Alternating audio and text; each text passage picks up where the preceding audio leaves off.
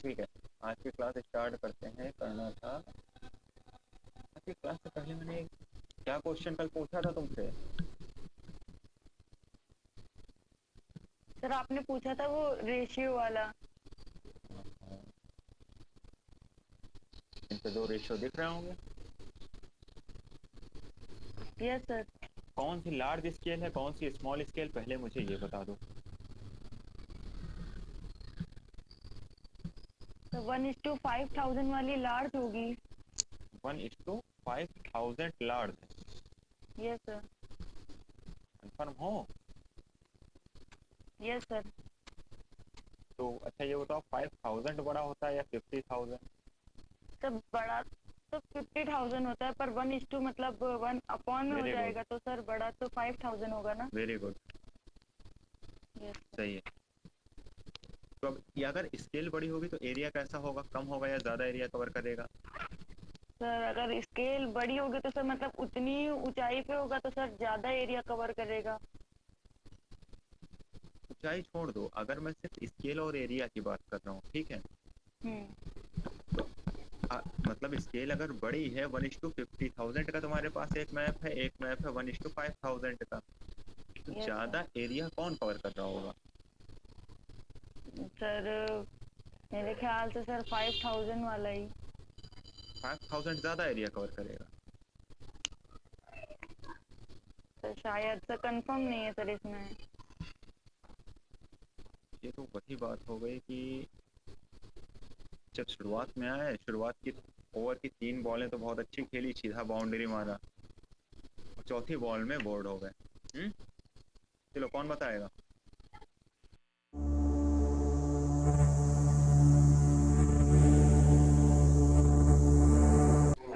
Sir जो बड़ा होगा सर वही तो ज्यादा एरिया कवर अभी करेगा। कंफर्म हो जाएगा, ठीक है? Yes sir. कंफर्म हो जाएगा अभी। और कोई एक्सप्लेन करेगा इस चीज़ को? वन रेस और टू 5,000 हाँ हाँ स्मॉल बोलो। एरिया कवर करेगा। 1:, 5,000 स्मॉल एरिया कवर करेगा। रीज़न? तो अगर हम लोग मैप में देखते तो अगर उसमें स्केल ऐसे जैसे कि उसमें सेंटीमीटर में ही लिया तो उसको डिवाइड अगर करेंगे तो उससे 1:50,000 से कम ही होगा। और मैप में अगर सही ले सही रहा है सही, तो एरिया। ठीक है, गुड। अब समझो ये कम एरिया क्यों कवर करेगा। अगर 1:5000 ले रहे हैं, अगर स्केल बड़ी कर रहे हैं, तो इट मीन्स कि उसमें बहुत सारे फीचर्स हमें देखने को मिल रहे होंगे, जो थोड़ा सा स्मॉल स्केल फीचर थे, जो 1:50,000 में नहीं दिख रहे थे। अब सिंपल सी बात बताओ, जब जैसे मान लो कोई इमेज तुम देखते हो, फोटो में एक तुमने फोटो क्लिक की, अब किसी की फोटो है, हमें देखना उसके बैकग्राउंड में क्या लिखा है, तो हम क्या करेंगे, उसका जूम करते हैं। तो जूम करने में क्या हो रहा है, स्केल तो बढ़ रही है, बट ओवरऑल एरिया हमारी स्क्रीन पे जो पहले फोटो थी उससे एरिया कम हो जाएगा ना। ये बात समझ में आई या नहीं? Yes sir. सिंपल। अब तुम किसी चीज को स्केल बढ़ाने का मतलब जूम कर रहे हो, अगर जूम कर रहे हो तो इट मीन्स कि एरिया उसका कम होगा। अब जैसे मोबाइल की कोई स्क्रीन पे तुमने फोटो ली, ऐसे फोटो देखो नॉर्मल, तो पूरी फोटो आ रही होगी, तुमने जूम कर दिया तो हो सकता है कुछ एक पर्टिकुलर फीचर ही दिख पाए। अब वो डिपेंड कर रहा है कि कितना ज़्यादा जूम कर रहे हैं, जितना ज़्यादा जूम करते जाओगे, जितना ज़्यादा स्केल बढ़ाते जाओगे, एरिया उतना ही कम होता जाएगा। ये सबको क्लियर हो गया? अब ये मोबाइल, ये जूम, इससे ओके सर। ये एग्जांपल बिल्कुल एकदम ऐसा है, सब लोग यूज़ करते हैं। चलो ठीक है, आज की बात करनी थी मुझे, रिजोल्यूशन वगैरह हो चुके थे। अब बात सर करते हैं आपने हम सर हाँ। आपने एक फॉर्मूला बताया था ना रिप्रेजेंटेटिव फ्रैक्शन का। सर उससे कैसे कंपेयर करेंगे? Photo distance upon ground distance, कुछ नहीं करना। दो फॉर्मूले बताए थे तुमको, मेन दूसरा वाला यूज़ करना है, ये वाला। कोई दो पॉइंट है, उनके बीच में फोटो डिस्टेंस देख लो, फोटो में कितनी डिस्टेंस है, ठीक है? फिर एक्चुअल ग्राउंड में उन दो पॉइंट के बीच में कितनी डिस्टेंस है, यही होता है रिप्रेजेंटेटिव फैक्टर। नहीं समझ में आया? जैसे मान लो हिमालय की इमेज है, काफ़ी सारे माउंटेन्स हैं, ठीक है? अब ये दो माउंटेन के बीच की डिस्टेंस, फोटो डिस्टेंस आ रही है मान लो 1 सेंटीमीटर और छोटा कर देते हैं, ठीक है।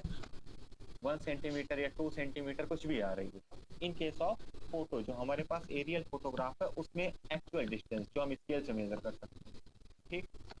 अब अगर हम वही डिस्टेंस ग्राउंड पे मेजर करें, ग्राउंड पे कैसे मेजर करेंगे, उसके लिए एक बड़ा अच्छा सॉफ्टवेयर है गूगल अर्थ। उससे हमें 2 पॉइंट जहाँ पे डिस्टेंस मेजर करना होता है, मेजरमेंट टूल में जाते हैं और उसमें हम ग्राउंड डिस्टेंस ले लेते हैं उसकी, तो हमें ग्राउंड डिस्टेंस पता चल गई, फोटो डिस्टेंस पता चल गई।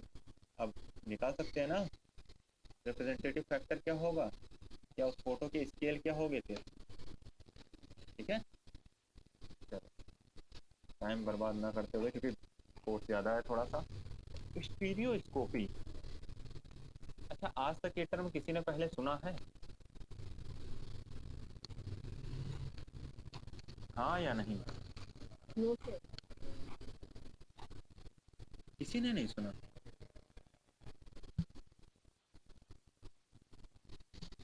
अच्छा एक चीज मैं बता रहा हूँ गारंटी से, देखा सबने होगा, यूज सबने किया होगा। तो 3D इमेजिन जो होता है स्क्वायर वेरी का शायद गुड, वही। हाँ सही। एक्चुअली स्टीरियोस्कोपी क्या होता है, बेसिकली एक ऐसा प्रोसेस, एक ऐसा फिनोमेना जिसमें तुम 2D चीज को 3D वे में देखते हो। सिंपल आजकल 3D पेंटिंग बनने लगी हैं, या किसी कुछ लोग ऐसे पेंटर्स होते हैं कि किसी एक डायरेक्शन से वो पेंटिंग देखने में हमें 3D दिखती है। ये चीज़ तो देखा होगा, इतना आजकल शॉर्ट वीडियोस और ये ऑनलाइन इतना वीडियोस देख रहे होगे, देखा है ना कभी कि सिंपल कोई एक फोटो है या इमेज बनाई गई है, एक पर्टिकुलर एंगल से हमको देखने पे क्या लग रहा है वो 3D है, एक्चुअल में वो 2D है, बट हमारा परसेप्शन उसे 3D बताता है। ये एक्सपीरियंस हुआ है सबको या नहीं? Yes sir. देखा होगा। अब अगर वो चीज़ देखी है तो समझाना मुझे थोड़ा सा आसान होगा। ये सब उसकी वो सब लिखी हुई हैं कि क्या है कैसा है। Aim of stereoscopy to providing 3D perception. Actual perception है 3D, इमेज 3D नहीं है, ये बात हमेशा याद रखना है। In case of stereoscopy 3D क्या है, इट इज अ परसेप्शन। ऐसा हमें लग रहा है, वो रीज़न क्यों है लग रहा है, क्योंकि जब हम डिफरेंट टाइप के शेड्स का यूज़ करते हैं, जो खास करके थोड़ा सा पेंटर होते हैं, जब भी वो किसी चीज़ को 3D में बनाना चाहते हैं, या सिंपल अगर वाटर की ड्रॉप तुम देखना चाहो 3D में, तो उसमें अगर तुम डिफरेंट वे में शेड कर दो तो वो 2D इमेज हमें 3D लगने लगेगी, ठीक है। तो सिंपल वो 3D दिखती क्यों है, क्योंकि यहाँ से देखो, हमारी आंखों पे कोई इमेज वो एक जगह ही है, लेकिन जब हमारी जैसे इमेज वो एक फ्लैट पे ही है, ठीक है। ये तो लेजर ले लेता हूँ, फॉलो करना आता है। इमेज वो 2D में ही है, बट जब शेड्स उसके इस तरीके से है कि जब आंखों में जाके इमेज बनती है तो एक इमेज थोड़ा पहले बन जाएगी, दूसरी इमेज बाद में बनेगी। तो जो ये इमेज में डेप्थ का क्रिएशन हो रहा है, ये जो परसेप्शन है, ये 3D परसेप्शन हमें दिखाता है। एक्चुअल में एरियल फोटोग्राफ्स जो निकलते हैं वो 2D फोटोग्राफ्स होते हैं, बट हम उसको एक इंस्ट्रूमेंट होता है उसकी मदद से हम 3D में देखते हैं। तो वो इंस्ट्रूमेंट करता क्या है, एक तो उस पर शेड्स वाइज डिफरेंस होता है, दूसरा वो इंस्ट्रूमेंट थोड़ा सा डेप्थ ज़्यादा कर देता है, जिससे हम किसी भी 2D चीज़ को 3D में देख सकते हैं। ये समझ में आया कि स्टीरियोस्कोपी है क्या, या कोई भी 2D चीज तुम्हें 3D दिख रही है तो क्यों दिख रही है, क्योंकि उस पर तुम्हारा जो माइंड है, तो जो उसकी इमेज हमारे माइंड में बनेगी उसमें डेप्थ का क्रिएशन हो जाएगा, क्योंकि बिकॉज ऑफ डिफरेंट शेड्स। एक चीज ध्यान देना, जिस पे डिफरेंट शेड्स नहीं होंगे वो कभी तुमको 3D नहीं दिखेगा, 2D में जो होगी वो 3D कभी नहीं दिखेगी। हाँ बट डिफरेंट शेड्स हैं तभी वो हमें 3D दिखेगी। यहाँ तक आया समझ में? सिंपल ये डिफरेंट टाइप की डेफिनेशंस हैं। इन डेफिनेशंस में एक इम्पॉर्टेंट एंगल है, वो तुम लोग ध्यान दे देना, देख पा रहे होगे। पर्सपेक्टिव एंगल इसको बोलते हैं पैरेललिटिक एंगल, ठीक है। ये बेसिकली होता क्या है एंगल, एक object located at a different distance are doing, simple सी बात है, ये जो एंगल बन रहा है, ठीक है, इस एंगल की बात कर रहे हैं। तो अगर मान लो क्वेश्चन आ जाए कि स्टीरियोस्कोपी क्या है, तो तुम आराम से बता सकते हो कि ये बेसिकली क्या है कि 3D परसेप्शन प्रोवाइड करता है स्टीरियोस्कोपी। और उसके पीछे का प्रिंसिपल क्या रहता है बेसिकली कि एक इमेज थोड़ा पहले बन जाएगी और दूसरी इमेज थोड़ा बाद में बनेगी, मतलब डेप्थ वाइज उसमें डेप्थ का क्रिएशन हो जाएगा। एक्चुअल में डेप्थ नहीं होगी, बट इमेज ऐसा बनेगी हमारे माइंड पे, ठीक है। सिंपल सा है, angle depends upon the distance and और depth, large distance smaller the angle, ठीक। अब ये चीज समझ में आई, larger the distance smaller the angle या नहीं? देखो जो एंगल यहाँ पे 5p बनेगा और 5q, तो जाहिर सी बात है 5p is greater than the 5q। क्यों? क्योंकि इसकी डिस्टेंस कम है, डिस्टेंस कम है तो एंगल ज़्यादा होगा। नहीं समझ में आया? जैसे अगर मान लो कोई ये दो लाइन है, इसके बीच का तुम एंगल देख रहे हो, और यही दो पॉइंट से हम दो लाइन कुछ इस तरीके से खींचे हैं कि वो लाइन यहाँ पे आके मिले, सॉरी ये लाइन आएगी यहाँ से जाएगी, सॉरी सीधे जाओ, यहाँ पे जाके मिले, तो मैं अलग कर देता हूँ, ठीक है। ये लाइन कोई नहीं है, ठीक है। तो अगर तुम ये एंगल देखोगे, ये एंगल हमेशा कम होगा और ये एंगल क्या होगा, ज़्यादा होगा। मतलब अगर ये जहाँ पे दो पॉइंट से हमारी आंखों से डिस्टेंस ज़्यादा है तो एंगल कम होगा, और डिस्टेंस कम है तो एंगल ज़्यादा होगा। जी है चीज़, समझ में आ जानी चाहिए आपको। सिंपल अगर हम यहाँ देखना चाहें तो ये जो पॉइंट ए में है एंगल थोड़ा सा ज़्यादा होगा, बी में क्या होगा, एंगल कम होगा। क्यों? क्योंकि डिस्टेंस बढ़ गई, ठीक है।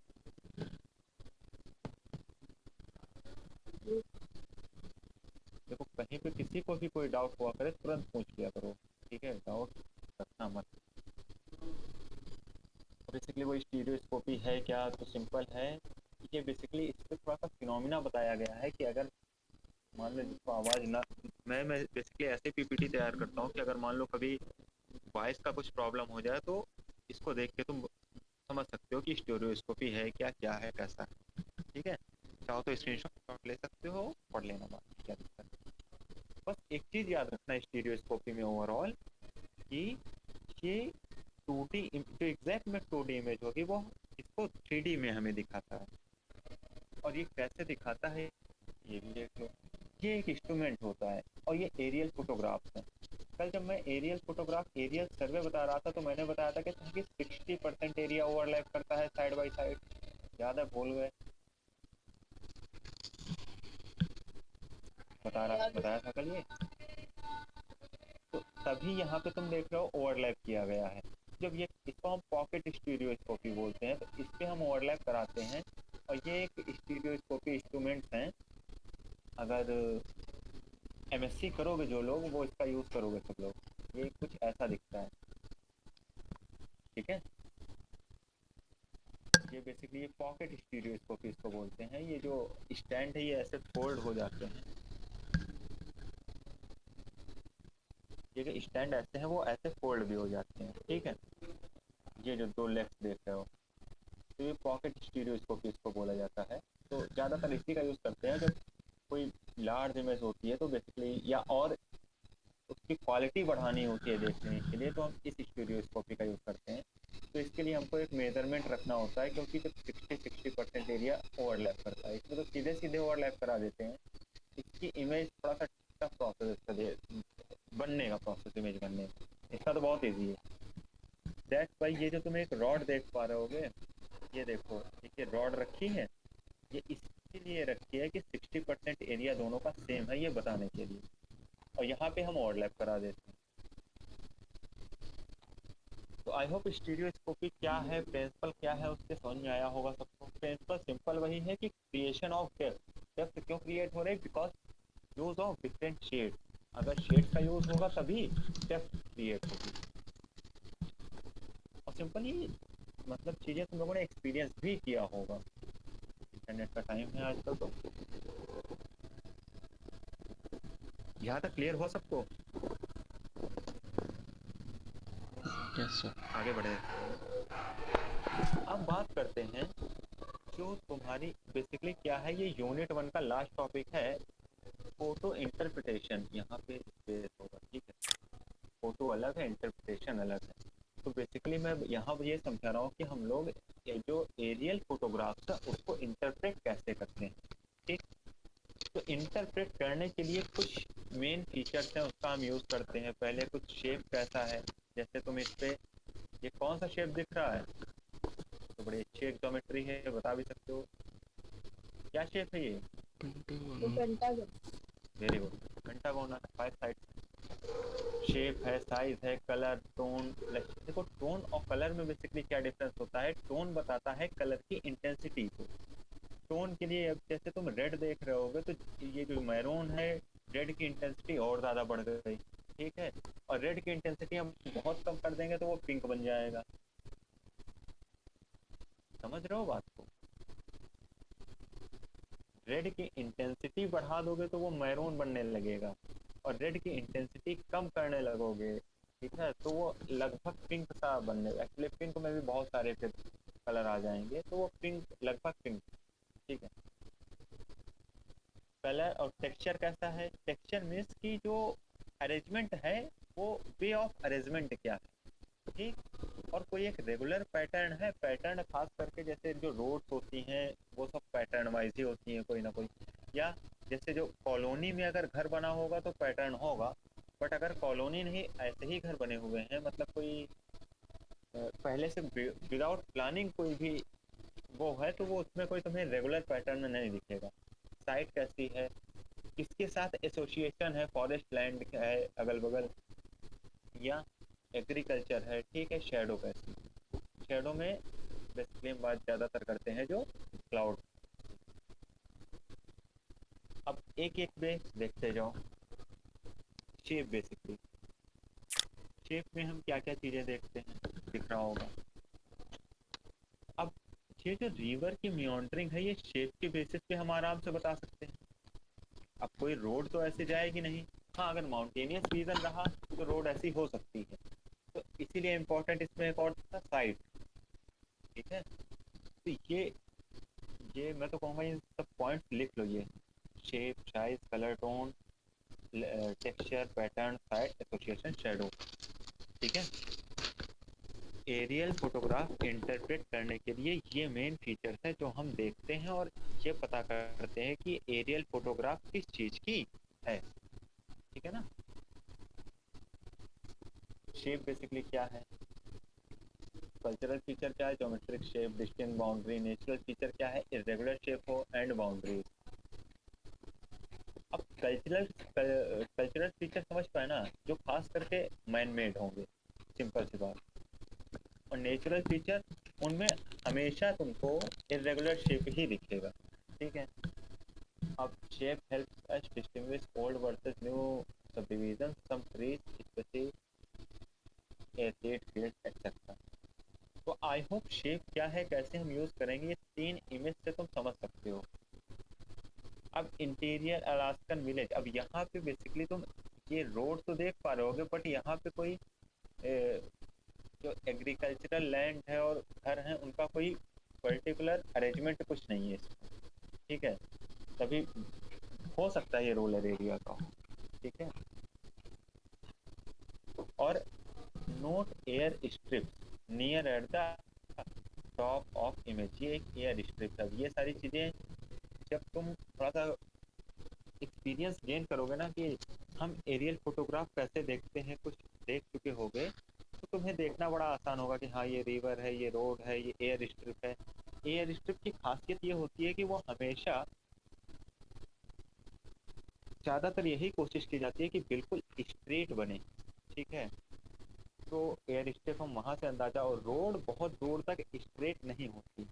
कोई भी तुम आज गूगल मैप खोलना, उस पर रोड देखना, ठीक है, बहुत लंबी कोई तुमको स्ट्रेट रोड मुश्किल ही मिले, एयर स्ट्रिप आराम से मिल जाएगी। साइज बेसिकली क्या है, रिलेटिव साइज इंपॉर्टेंट है। रिलेटिव साइज मीन्स जैसे यहाँ पे तुम देख पा रहे होगे, तो ये हमें पता है ये कोई एक छोटी रिवर है, ये बड़ी रिवर से मिल रही है। ये छोटी बड़ी हमने क्यों कहा? On the basis of size. समझ में आ रही है बात? अब जैसे रिवर की बात हुई तो तुम सिंपल उसको रोड में भी कह सकते हो कि एक मेन रोड होगी, उससे काफी सारी रोड आके मिल रही होंगी। तो ये सब तुम कैसे कह पाए? On the basis of size. ठीक है। कलर टोन, कलर में मैंने तुम्हें बताया ही था कि अगर कोई फॉरेस्ट है तो वो रेड कलर का दिखाता है, मतलब हम उसमें फॉल्स कलर जो बनाते हैं। तो मैंने 3 कलर याद रखने को बोला था। तो बेसिकली यहाँ पे तुम रेड कलर देख रहे हो, वो वेजिटेशन बताता है। इसकी जो टोन है वो बताएगी कि फॉरेस्ट कैसा है, बहुत ज़्यादा इंटेंस है या नहीं है। अब वही चीज़ है, ये सारी चीज़ें तुम्हें देख लो, ठीक देख लो, समझ लो, ठीक है, बट एक्सपीरियंस जब तक नहीं करोगे तब तक बस रहेगा हाँ ठीक है पढ़ लिया। खास करके जैसे इसमें 2 ट्रीज लिखे हैं, एक लिखा है कोनिफर, एक लिखा है डेटिकस।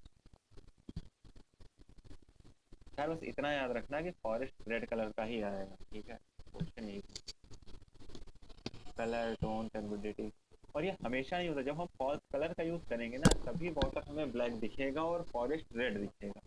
ठीक, ये देख लेना एक बार, बहुत इम्पोर्टेंट नहीं है ये स्लाइड। ठीक है, बेसिकली इस पे कलर टोन की ही बात की गई है, वेजिटेशन प्रेजेंस सब्सटेंस रिलेटिव। हाँ, एक चीज इम्पोर्टेंट ये है, जैसे इस पे तुम्हें व्हाइट कलर दिख रहा होगा, वो relative amount of sediments in water. जो रिवर में सेडिमेंट है वो डिफरेंट, क्योंकि वो डिफरेंट लाइट रिफ्लेक्ट कर रहा होगा, और जो वाटर है उसका रिफ्लेक्शन अलग होगा। दैट्स वाई उनके टोन में अलग डिफ्रेंशिएशन होगा, अलग अलग टोन होंगे। तो ये चीज़ याद रखना। That's why aerial photographs is very important, बहुत ज़्यादा इंपॉर्टेंट। अब बेसिकली टेक्सचर क्या है? टेक्सचर काफ़ी सारी चीज़ों के लिए इम्पोर्टेंट होता है in case of aerial photograph. एक तो टेक्सचर के बेसिस पे हम रिवर का पैटर्न क्या है ये सारी चीज़ें बता सकते हैं, जैसे कि जो ड्रेनेज पैटर्न है डिफरेंट टाइप के पढ़े होंगे इन केस ऑफ, जब हम लोग बेसिक फर्स्ट ईयर में रहे होंगे तो ड्रेनेज पैटर्न बहुत सारे पढ़े होंगे, ट्रेल्स टाइप का, डेंड्रेटिक, रेडियल, ये सारी चीज़ें पढ़ा होगा, है ना। तो उसका अरेंजमेंट कैसा है, उसका टेक्सचर कैसा है, ठीक है, ये हम उसके बेसिस पे बताते हैं फोटो। और हर अरेंजमेंट, हर पैटर्न कोई ना कोई एक हिडन मैसेज अपने अंदर छुपाए रखता है। जैसे फॉर एग्जांपल किसी में अगर रेक्टेंगुलर ड्रेनेज पैटर्न होगा तो हम ये कह सकते हैं कि उस एरिया में बहुत सारे फॉल्ट्स हैं। हर ड्रेनेज पैटर्न, हर उसके साथ में कुछ एक अलग चीज जुड़ी रहती है, और ये चीज़ें तुमको एक्सपीरियंस के साथ ही गेन होंगी। बस कुछ चीज़ें इंपॉर्टेंट हैं। स्मूथनेस बेसिकली तुम्हें tundra, swamp, field, water, actually smoothness क्या बताता है कि बहुत क्लियर बाउंड्री नहीं दिखेगी। टुंड्रा क्यों बोला गया? जहाँ पे एक्चुअली पूरी की पूरी एरिया आइस कवर है, तो आइस कवर पूरा रीजन है, तो 2 रीजन में डिफ्रेंशिएट हम बहुत अच्छे से नहीं कर पाएंगे, क्योंकि आइस कवर है तो आइस का ही रिफ्लेक्शन हमारे पास आएगा। ठीक है, कुछ चीज़ें हैं जिनको हम थोड़ा सा और अच्छे वे में बोल सकते हैं, जैसे मान लो आसपास कहीं लावा फ्लो हो रहा होगा, ठीक है, तो वो अलग से ही दिखेगा पूरे इमेज में तुम्हें कि हाँ भाई वो वॉल्केनो है। क्यों? क्योंकि वहाँ का एरिया, वहाँ का रिफ्लेक्शन ही बिल्कुल अलग होगा। फॉरेस्ट है, फॉरेस्ट में भी खास करके अगर डिफरेंट टाइप के प्लांट्स लगे हुए हैं, जैसे मान लो जैसे मान लो कोई बगीचा है, आम के पेड़ एक जगह लगे हुए हैं, नीम के एक जगह हैं, बरगद का एक जगह, मतलब डिफरेंट टाइप के अगर पेड़ लगे हैं तो उसे भी हम एरियल फोटोग्राफी से आराम से मेजर कर सकते हैं।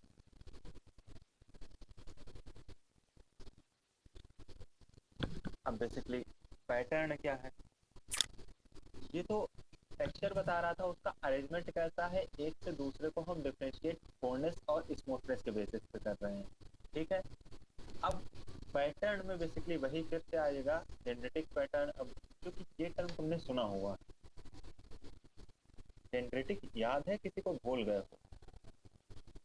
नहीं चलता। ऐसे ट्री लाइक पैटर्न है, जैसे कोई भी रिवर्स होंगी, ठीक है, जैसे मान लो इसका फ्लो डायरेक्शन ये है, ठीक है, तो ये एक छोटी रिवर आके इससे मिली, ये एक छोटी रिवर आके इससे मिली, ये एक बड़ी रिवर हो गई, ये एक मेन रिवर जा रही थी, ठीक है, उस पे आके मिल रही हैं। तो ये जो बहुत इरेगुलर वे में, ये लाइक ट्री लाइक पैटर्न है, जैसे कि पेड़ की टहनियाँ होती हैं, उसको हम बोलते हैं डेंड्रेटिक पैटर्न। तो ऐसे, और ये पैटर्न वो जियोलॉजिकल भी हो सकते हैं, वो या कोई कॉलोनी हो उसका कोई पैटर्न हो सकता है, मतलब डिपेंड करता है किस चीज़ को देख रहे हैं, ठीक है, उसी का पैटर्न की बात होगी। जैसे कहीं कोई रोड्स हैं उसका कोई पैटर्न हो सकता है, ठीक है, या कहीं माइनिंग करनी है तो माइनिंग का हमें क्या पैटर्न रखना होगा, वो सारी चीज़ें हम यहाँ से रिकॉग्नाइज कर सकते हैं। अब बेसिकली साइट क्या है, साइट माउंटेनियस रीजन है, रिवर किस रीजन पे फ्लो कर रही है, वहाँ का बेसिकली क्या है, relationship of the feature to its environment. क्यों, जैसे मान लो अगर कोई रिवर है माउंटेनियस रीजन पे फ्लो हो रही है, उसका एनवायरनमेंट अलग है तो कुछ दूसरा उसका रीजन होगा। अगर वो प्लेनर रीजन पे फ्लो कर रही है तो कुछ अलग तरीके से फ्लो करेगी। कोई भी रोड अगर माउंटेनियस रीजन पे रोड बन रही है, ये जो फीचर है ये दोनों हो सकता है, मैन मेड भी हो सकता है, नेचुरल भी हो सकता है, ठीक है। तो अगर मैन मेड कोई फीचर है उसका भी इन्वायरमेंट पे असर पड़ता है, क्योंकि अगर माउंटेनियस रीजन पे कोई, वैष्णो देवी गए हो कोई, और किसी पहाड़ में गए होंगे, अमरनाथ, तो वैष्णो देवी जब कोई गए होंगे तो एक चीज़ एक्सपीरियंस ये होगा कि रोड वहाँ बहुत घुमावदार ऐसा लगता है जब ऊपर चढ़ाई करते हैं, है या नहीं। ऋषिकेश गए होंगे तो वो बेसिकली जो घुमावदार है वो क्यों है, बिकॉज ऑफ माउंटेनियस रीजन। तो हमें शौक नहीं था रोड वैसे बनाने का, लेकिन वहाँ का एनवायरनमेंट ही ऐसा है कि हमें वो फीचर वैसा बनाना पड़ा, ठीक है। तो बेसिकली साइट क्या होगा, relationship of the feature to its environment. अब बेसिकली एसोसिएशन, हाँ ये इंपॉर्टेंट चीज़ देखो यहाँ पे आ गई। एक तो एसोसिएशन, दूसरा आगे शेडो आएगा। तो ऊपर ये तुम्हें क्लाउड दिख रहा होगा, लेजर इस इमेज में देखो, एक ये क्लाउड दिख रहा है।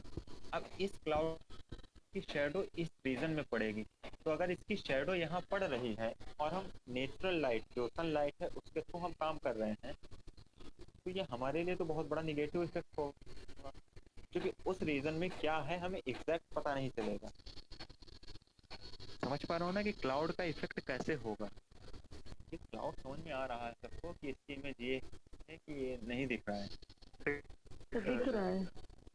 ऐसा करना तुम लोग जैसे गूगल मीट पे ही होगा तो प्रेजेंटेशन को अगर जैसे फोटो जूम करते हो थोड़ा सा जूम करके देखो और अच्छे से क्लियर हो जाएगा कि अगर कोई क्लाउड आ जाएगा बीच में जिस समय एरियल फोटोग्राफी हो रही है, जैसे मान लो इसमें बरसात का मौसम है, तो हम इस टाइम पे लखनऊ रीजन पे एरियल फोटोग्राफी बिल्कुल नहीं करेंगे, क्योंकि नीचे क्या है एग्जैक्ट हमें पता ही नहीं चलेगा बिकॉज ऑफ क्लाउड, ठीक है।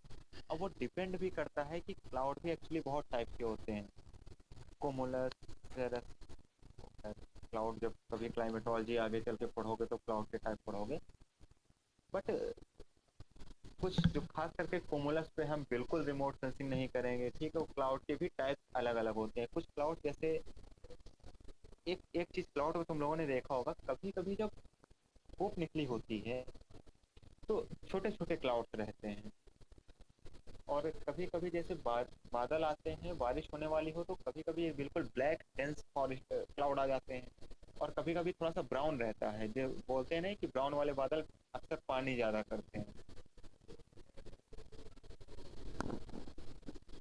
ये सब चीज़ें एक्सपीरियंस की होगा, सबने देखा होगा। Yes sir.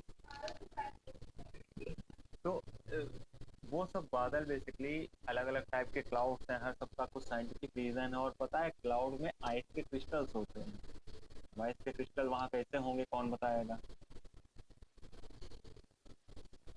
ये पॉसिबल है या नहीं, पहले तो ये बताना चाहिए। ऐसा क्लाउड में आइस के क्रिस्टल हो सकते हैं? क्लाउड में? हाँ बादल में नो सर। नहीं होंगे, क्यों? क्योंकि वो सन के पास हैं, और हम जब सन के दूर हैं हमको इतना धूप लग रही है ना, तो जितना सन के पास जाते जाओगे तो कहाँ आइस क्रिस्टल होगा, यही रीजन होगा। अच्छा मेल्ट हो जाएंगे। अच्छा ये फालतू वाला रीजन और कितनों के नहीं पास है नहीं बता नहीं। दो अभी अभी।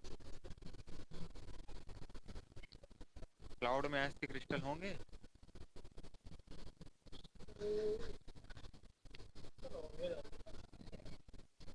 Not sure. ठीक है समझ गए। सेम क्वेश्चन, क्या क्लाउड में ऐसे क्रिस्टल होंगे? सर हो सकते हैं सर, स्नोफॉल कैसे? जब होती है, अगर क्या? स्नोफॉल हो रहा है, सर जब स्नोफॉल होता इस है अगर, नहीं तो स्नोफॉल तो क्रिस्टल कहीं हो सकते हैं। कुछ रीजन है ना। स्नोफॉल हर जगह तो नहीं हो रहा, बट क्लाउड तो हर जगह है लगभग।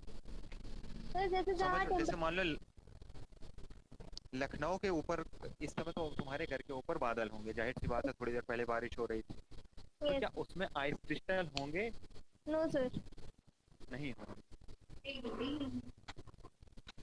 अच्छा अच्छा आप कौन बता रहा था होंगे, रीजन कौन बताएगा? जी सर। हाँ रीजन क्या है? हो सकते हैं सर। सर ऊपर सर जाके जो वेपर्स हैं वो कंडेंस हो जाएंगे सर, हाँ ठीक है। और ऊपर से टेम्परेचर काफ़ी कम होता है एज कम्पेयर टू सरफेस के। क्यों तो सर वो क्यों जो क्यों क्यों कम क्यों होगा? वो जितने ऊपर जाओगे सन के पास जाते जाओगे, जैसा कि अभी तुम्हारी एक अच्छी फरहीन ने बताया था, है ना। तो ऊपर टेम्परेचर कम कैसे हो रहा है? ध्यान तो वहीं पे देना है सारा। सर जो हीट है हमारी सर वो सरफेस के पास ही कैप्चर्ड होती है सर। सर हाँ सन की ठीक। वजह से जो सर हीट रहती है वो गैसेस की वजह से नीचे ही कैप्चर हो जाती है, क्लाउड्स के ऊपर से ठंडा रहता है। Very good very good. अच्छा इसका आंसर बेसिकली तुम लोगों ने अगर एटमॉस्फेयर पढ़ा हो ना, तो उसमें ट्रोपोस्फेयर स्ट्रेटोस्फेयर पढ़ा होगा। तो अगर ट्रोपोस्फेयर पढ़ा हो तो उस पे बोलते हैं जितने ऊपर जाते जाओगे उतना ज़्यादा टेम्परेचर कम होता जाएगा। नहीं पढ़ा ये? सर हाँ सर कभी कभी ऐसा होता है कि लोग कहते हैं बादल फट गया, मतलब कैसे कहा जाता है, तो एकदम से पानी क्यों वो गिरती एक है सर? एक्सीडेंट है समझो, ठीक है। वो जस्ट लाइक एक्सीडेंट, हमेशा नहीं होगा, एक दुर्घटना है वो, ठीक है। ओके। तो उसकी बात में मैं बेसिकली अभी ये समझाना चाह रहा हूँ कि एटमॉस्फेयर के जैसे जैसे ऊपर जाते जाओगे तुम्हारा मतलब टेम्परेचर कम होता जाएगा। उसका रीज़न, दो रीज़न मेन, ध्यान से सुनना। यही मेन रीज़न है कि जो ग्लेशियर्स होते हैं काफ़ी हाइट में मिलते हैं।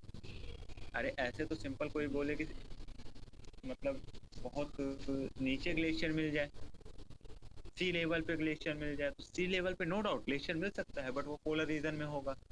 अब अगर इंडिया की बात की जाए तो हिमालय में इतने ऊपर ही क्यों ग्लेशियर्स हैं? क्यों? क्योंकि ट्रोपोस्फेयर की जो थिकनेस है, एक तो लगभग इक्वेटर के आसपास लगभग 18 किलोमीटर हम लोग मान के चलते हैं, एवरेज थिकनेस उसकी 12 किलोमीटर है। तो होता क्या है बेसिकली, थोड़ा सा बता के फिर मैं आगे बढ़ता हूँ क्योंकि ये आउट ऑफ सिलेबस जा रहा है। जैसे जैसे हम ऊपर जाते जाएंगे तो टेम्परेचर कम होगा। टेम्परेचर कम होने के दो रीज़न है। एक तो कम टेम्परेचर होता है बिकॉज ऑफ जो गैसेस होती है वो एनर्जी को एब्जॉर्ब कर लेती है, दैट्स वाई उसका टेम्परेचर बढ़ता है। गैस जो होती है कौन सी एनर्जी एब्जॉर्ब करेगी?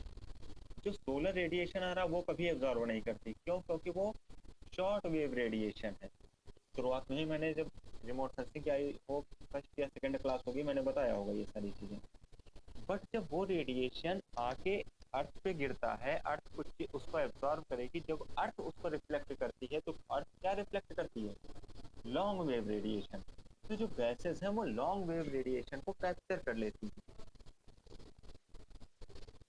दैट्स व्हाई जो ग्रीन हाउस इफेक्ट बोला जाता है, कुछ ग्रीन हाउस गैसेस हैं, जो ग्रीन हाउस गैसेस हैं वो बेसिकली क्या हैं? लॉन्ग वेव रेडिएशन को ही एब्जॉर्ब करती हैं।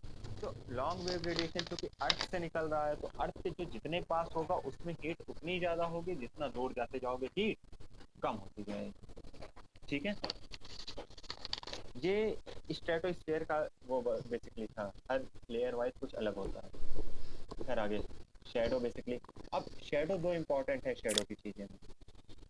जैसे एक शेडो में एक कोई माउंटेन है, हाँ समझो, एक कोई जैसे ये माउंटेन है, तुमने इसकी लो ऑब्लिक या हाई ऑब्लिक फोटो की, क्लिक की, तो माउंटेन यहाँ पे आएगा, इस साइड कुछ नहीं आएगा, और इस साइड चीज़ें आ रही होंगी, इस साइड आ रही होंगी। अगर तुम यहाँ से उसकी फ़ोटो ले रहे हो तो क्लियर हुआ?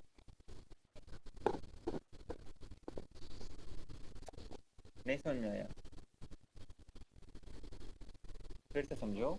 जैसे कोई माउंटेन है, ये मान लो कोई एक माउंटेन है, ठीक है, एम लिख देता हूँ, बहुत अच्छा तो नहीं लिखा, खैर समझ सकते हो, ये एम लिखा हुआ है। यहाँ पे ये एक सेंसर है जिसको लेना है लो ऑब्लिक फोटो, तो उसने माउंटेन की फ़ोटो ली। जब माउंटेन लेगा और उसके अगल बगल का आएगा, माउंटेन आएगा, उसके पीछे क्या है हमें कुछ नहीं पता चलेगा। या माउंटेन में भी, जैसे मान लो माउंटेन है और बीच में दो माउंटेन्स के बीच में एक वैली होगी, तो जो अगर वर्टिकल फोटोग्राफी हो रही है तो यहाँ पे लाइट ज़्यादा होगी और यहाँ पे लाइट बहुत कम होगी, तो यहाँ पे भी हमें शैडो देखने को मिलेगी। नहीं समझ में आया? अच्छा। बहुत अच्छा समझा रहा हूँ। माउंटेनियस रीजन पे अगर तुम लोग 3-4 दिन कहीं टूर गए हो और रहे हो, तो एक चीज़ तुम ध्यान देना कि माउंटेन के टॉप पे सनसेट बहुत देर में होता है और वैली में बहुत जल्दी हो जाता है। सन तो अपने टाइम ही सेट हो रहा है, लेकिन यहाँ पे एक्चुअली क्या है, लाइट एक तो बहुत कम टाइम के लिए आएगी, बहुत कम टाइम तक रहेगी वैली में, ठीक है। माउंटेन के टॉप में चूंकि ये एक्सपोज एरिया है, माउंटेन का टॉप है, हाइट ज़्यादा है, तो यहाँ पे सन ज़्यादा देर तक दिख सकता है। तो जहाँ पे खास जैसे माउंटेनियस रीजन हो गया या जो रफ टेरेन है, स्मूथ नहीं है, वहाँ पे ये शेडो इफेक्ट देखने को हमें मिलता है। हर जगह मिलेगा तो लगभग हर जगह, बट प्रोमिनेंट वहीं पे होगा जहाँ पे रफ टेरेन होंगे, ठीक है। और जैसे अब कोई भी ब्रिज है तो ब्रिज की शेडो आ रही होगी, कोई टैंक है उनकी शेडो आ रही होगी, तो अलग अलग टाइप के शेडो हो सकते हैं।